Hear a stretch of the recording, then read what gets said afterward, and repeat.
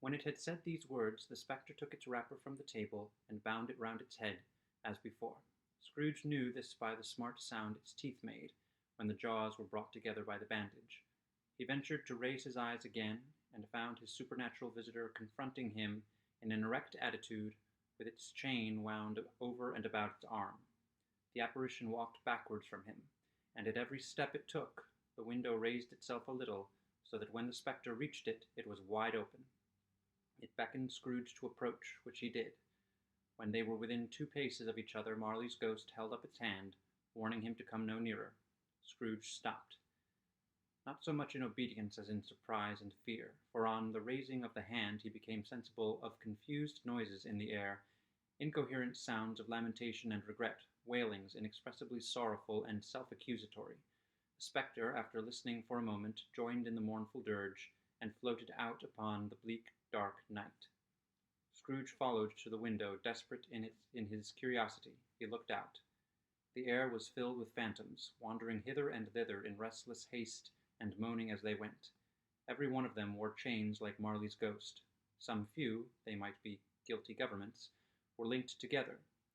None were free. Many had been personally known to Scrooge in their lives. He had been quite familiar with one old ghost in a white waistcoat, with a monstrous iron safe attached to its ankle, who cried piteously at being unable to assist a wretched woman with an infant whom it saw below upon a doorstep. The misery with them all was clearly that they sought to interfere for good in human matters and had lost the power forever. Whether these creatures faded into mist, or mist enshrouded them, he could not tell, but they and their spirit voices faded together, and the night became as it had been when he walked home. Scrooge closed the window and examined the door by which the ghost had entered.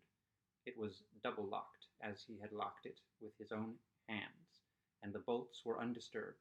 He tried to say humbug, but stopped at the first syllable, and being, from the emotion he had undergone, or the fatigues of the day, or his glimpse of the invisible world, or the dull conversation of the ghost, or the lateness of the hour, much in need of repose, went straight to bed, without undressing, and fell asleep upon the instant.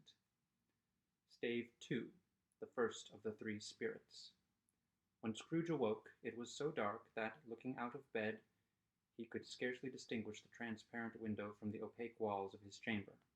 He was endeavoring to pierce the darkness with his ferret eyes when the chimes of a neighboring church struck the 4 quarters, so he listened for the hour. To his great astonishment, the heavy bell went on for 6 to 7, and from 7 to 8, and regularly up to 12, then stopped. 12. It was past 2 when he went to bed. The clock was wrong. An icicle must have got into the works. 12. He touched the spring of his repeater to correct this most preposterous clock. Its rapid little pulse beat 12, and stopped. "Why, it isn't possible," said Scrooge, "that I can have slept through a whole day and far into another night. It isn't possible that anything has happened to the sun, and this is 12 at noon." The idea being an alarming one, he scrambled out of bed and groped his way to the window. He was obliged to rub the frost off with the sleeve of his dressing gown before he could see anything, and could see very little then.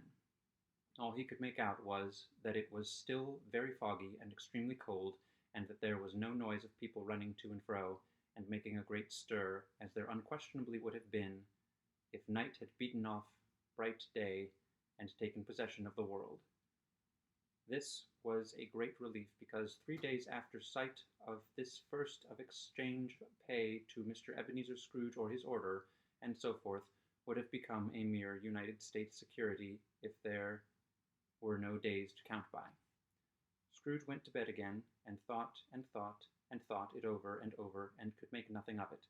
The more he thought, the more perplexed he was, and the more he endeavored not to think, the more he thought. Marley's ghost bothered him exceedingly. Every time he resolved within himself, after mature inquiry, that it was all a dream, his mind flew back again, like a strong spring release, to its first position, and presented the same problem to be worked all through.